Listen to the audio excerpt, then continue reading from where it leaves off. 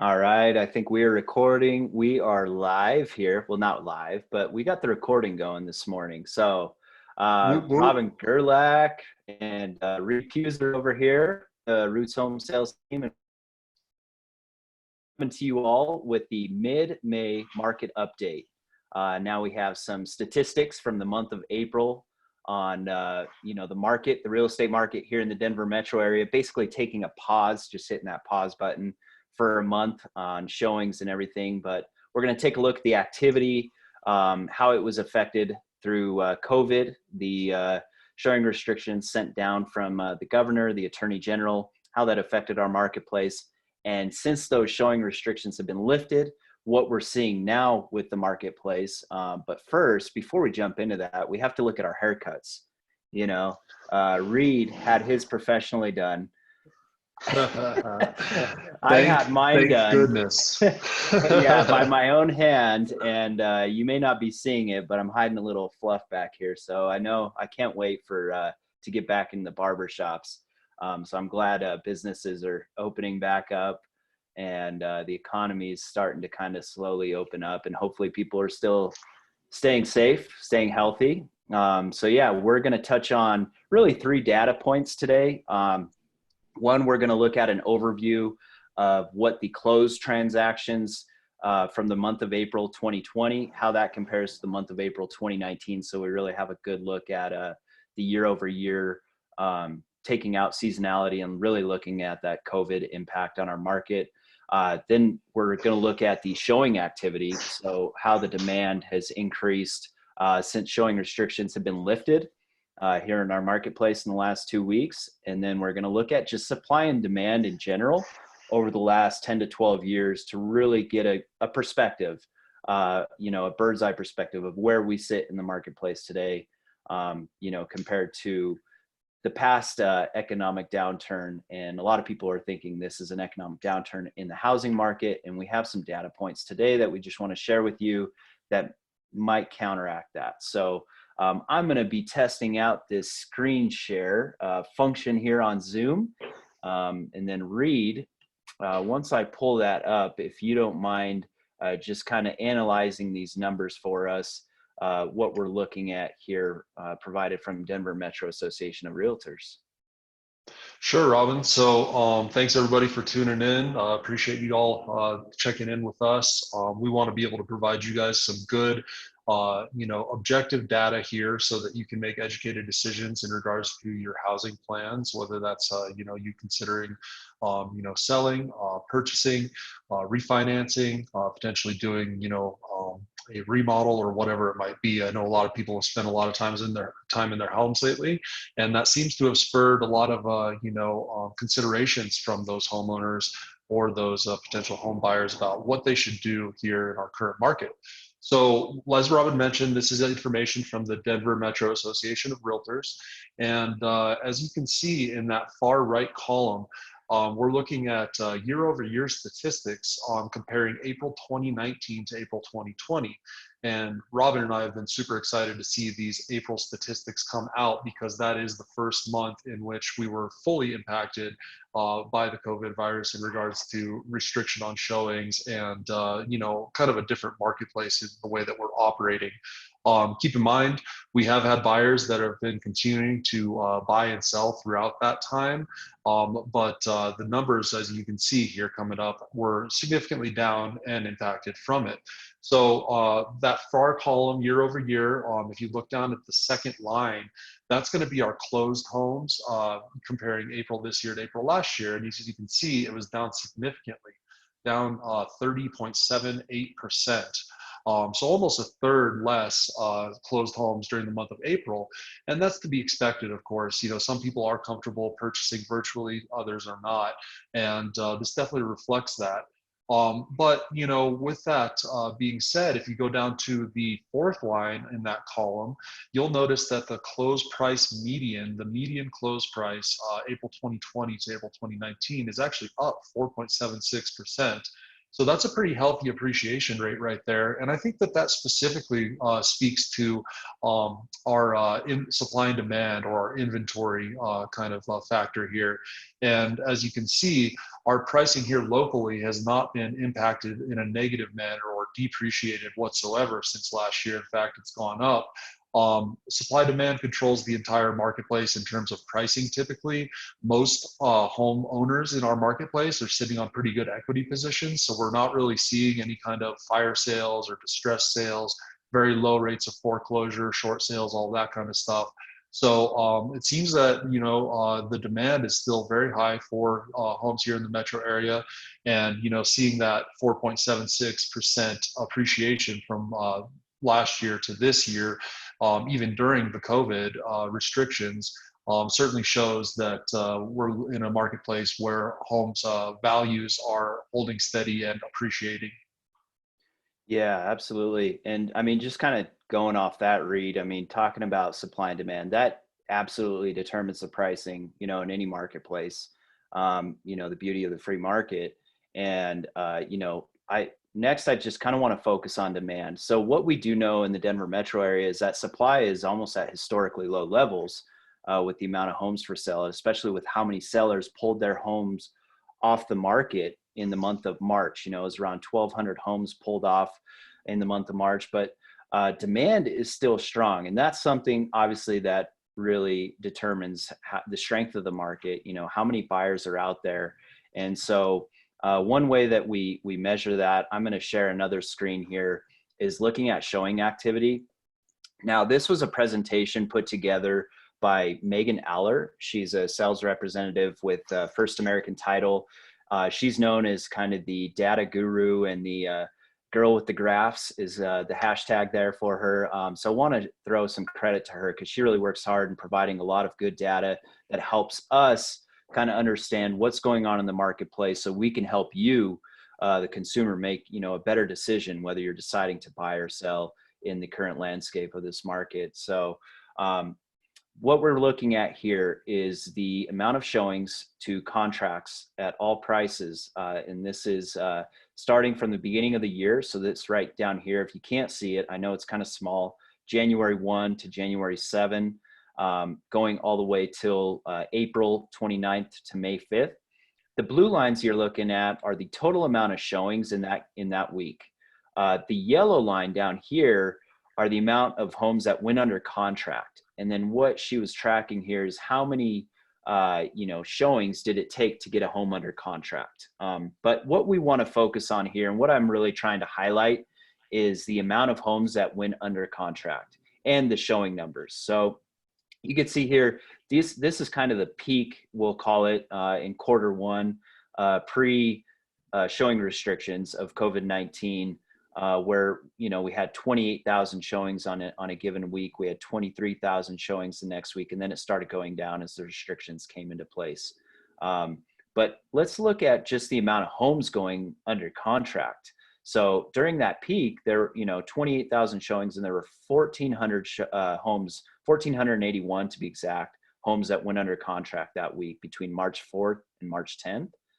The next week, March 11th to March 17th, there were 1,262 homes that went under contract. Then we go through the COVID period. Of course, as I mentioned earlier, the market kind of hit a pause button, but there were still homes going under contract. I mean, based on virtual tours, on a given week, there's 700 homes that went under contract one week, 775 the next. But now the showing restrictions were lifted.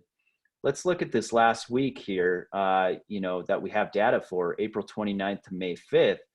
1,366 homes went under contract. And that compares, it's right in line with what we saw pre-COVID-19 showing restrictions, where there were 1,200 and then 1,400, 1,200. Now we're back to 1,300 homes going under contract. So, a couple things here, a couple observations. The market still does seem very strong. There are some areas that seem very hot more than others, and some price points that are, definitely more hot than others. Our team has a listing in Barnum this week, neighborhood of Denver. And, some of the competing listings there last week had over 50 showings. Our listing just in 2 days has over 30 showings. So there are, hot areas where the market is very strong.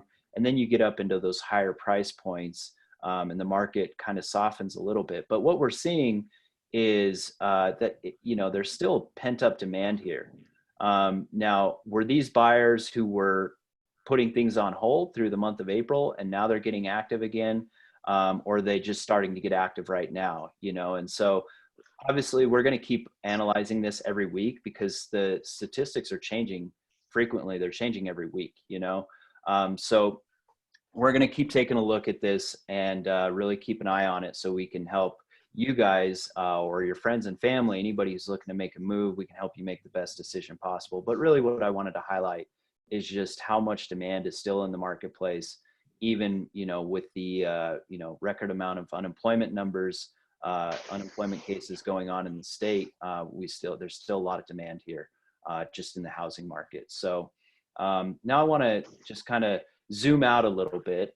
We're going to throw it back to Reed and just kind of talking about supply and demand. And let's just really, as I mentioned, zoom out and take a look at the whole landscape, from the last 10 years. So let me pull that screen up 1 second here. And Reed's going to just kind of help us analyze what we're looking at over the last 10 to 12 years.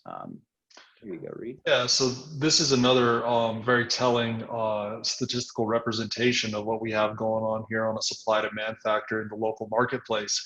As you can see on this slide, at the far left, we're starting as a date of like January 08. So in 2008, of course, this yellow line, which is the month-end active listings available, is very high. And you can see that the blue line is actually the month-end of closed listings. So in 2008, of course, we were in a buyer's market, and you can see that the supply, that yellow line at the month end, was much higher than the under contracts there in the blue. But then as we creep up towards the middle of that graph, we're looking at, 2013, 2014, we started to see those lines starting to come together.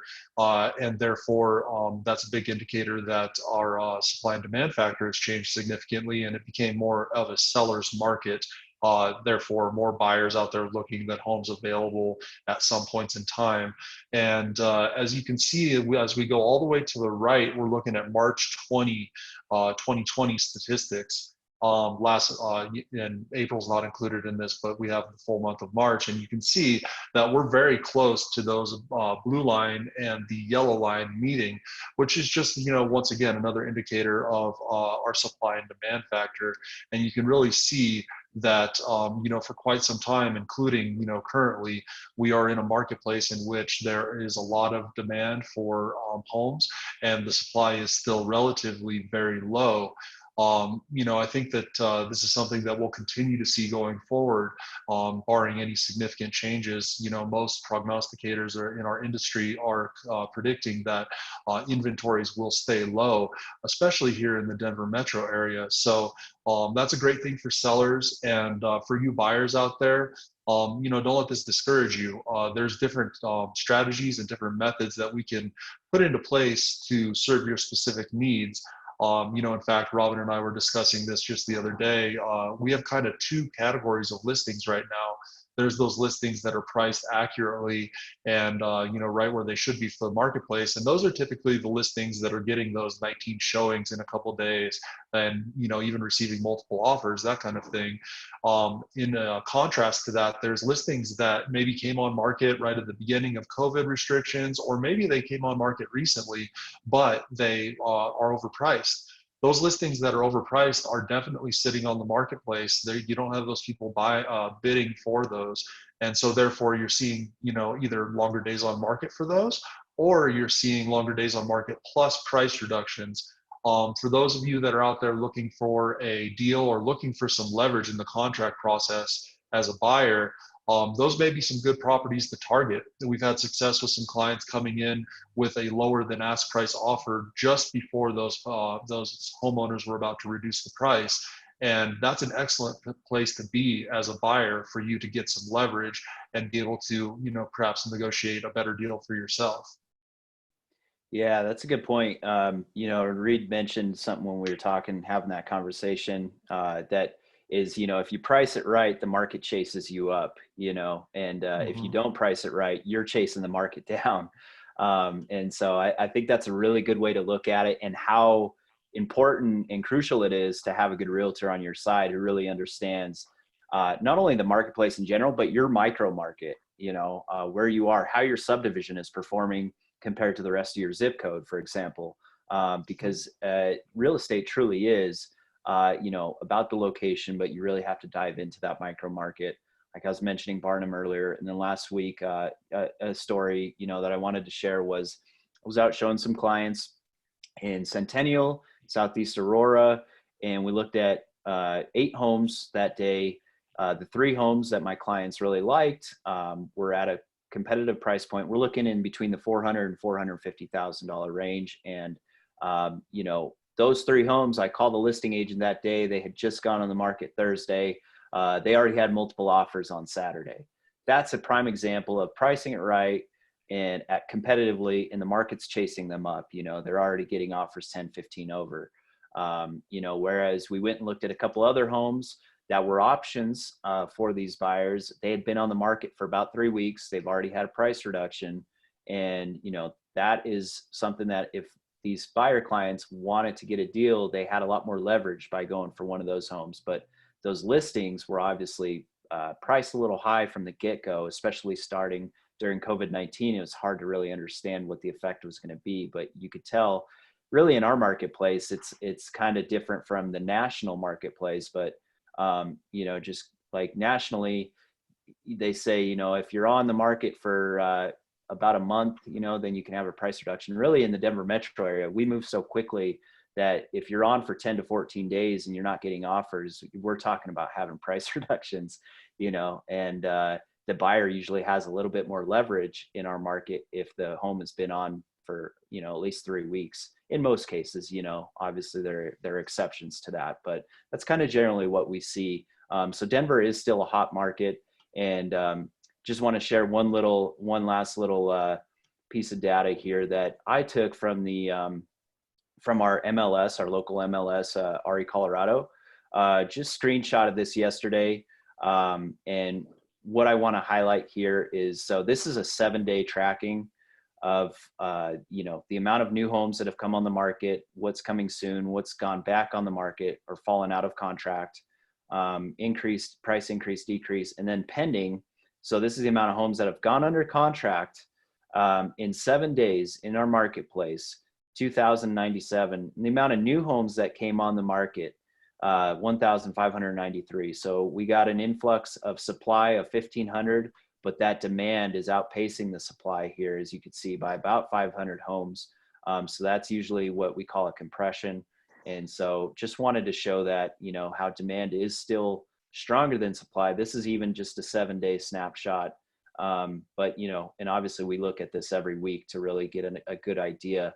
And so wanted to share that with you as well, to kind of back up what we're looking at on that supply and demand chart over the last 10 to 12 years. So, I mean, we're just trying to keep track of everything, and the market's constantly changing. But that's why, for all of you out there, that don't have a realtor, if we're your realtor, reach out to us with questions. Can't stress that enough. If you're thinking of even refinancing or looking at tap into your equity, and need a good lender, reach out to us. We have a lot of good resources for you. So Reed, just want to throw it back to you if you have any kind of final parting thoughts of what you're seeing just on the ground in the marketplace in general. Yeah, I think that those stats really tell a pretty, good story as far as what we're looking at right now. And of course, as Robin referred to, things are very fluid. So things are changing day to day, week to week. Not just in the real estate industry, but also in the lending industry. And, it's a good time to be very strategic about the moves that you decide to make right now.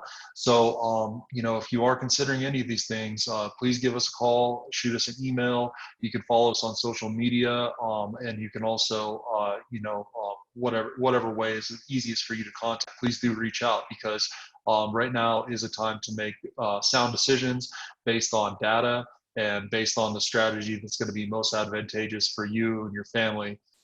So we hope you guys are all well. Can't wait to reconnect with some of you in person here fairly soon. And please stay safe and be in touch. Yeah, stay safe, stay healthy, and tune in here in another couple weeks. We'll have another market update for you. All right. And we welcome any feedback you guys have of information you'd like to see from us. All right. Have a lovely weekend. Till next time. Till next time.